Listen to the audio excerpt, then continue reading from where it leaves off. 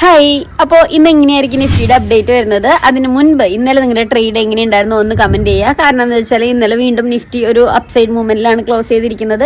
അപ്പോൾ അതുപോലെ തന്നെ ഇന്നലെ ട്രേഡ് ഒന്ന് കമന്റ് ചെയ്യാൻ മറക്കണ്ട. അതുപോലെ ഇൻട്രാഡേ സ്റ്റോക്സിനെ പറ്റി അറിയാനായിട്ട് യെസ് എന്ന് കമന്റ് ചെയ്യുക. ഓക്കെ, അപ്പോൾ യെസ് എന്ന് കമന്റ് ചെയ്യുക, വീഡിയോ ഷെയർ ചെയ്യാൻ മറക്കണ്ട. അപ്പോൾ ഇന്ന് ജനുവരി 2 ആണ്. അതുപോലെ തന്നെ കാലത്ത് ഒരു 8:30 ആയിട്ടുണ്ട്. അപ്പോൾ ഇന്ന് എങ്ങനെയായിരിക്കും നിഫ്റ്റിയുടെ അപ്ഡേറ്റ് വരുന്നത്? അപ്പോൾ ഇന്നലെ നിഫ്റ്റി ക്ലോസ് ചെയ്തിരിക്കുന്നത് 23,734 ആ റേഞ്ച് ക്രോസ് ചെയ്തിട്ടുണ്ട്. എങ്കിലും ആ ഒരു 200 EMI ക്രോസ് ചെയ്തിട്ടില്ല. അതുപോലെ തന്നെ പിന്നെ നമ്മുടെ ആ റേഞ്ച് വരുന്നത് അല്ലെങ്കിൽ ഇന്ന് ഓപ്പണിംഗ് വരുന്ന ഒരു വീക്കായിട്ടുള്ള ഓപ്പണിംഗ് അല്ലെങ്കിൽ ഒരു ചെറിയൊരു ഗ്യാപ്പ് ഡൗണോ അല്ലെങ്കിൽ ഒരു വീക്കായിട്ട് ചെറിയൊരു വ്യത്യാസത്തിൽ ഓപ്പൺ ആവാനാണ് സാധ്യത. അതുപോലെ തന്നെ അപ്സൈഡ് പോവുകയാണെങ്കിൽ ഒരു 23,950 വരെയൊക്കെ പോകാനും അത് ക്രോസ് ചെയ്താൽ 24 കടക്കാനും സാധ്യതയുണ്ട്.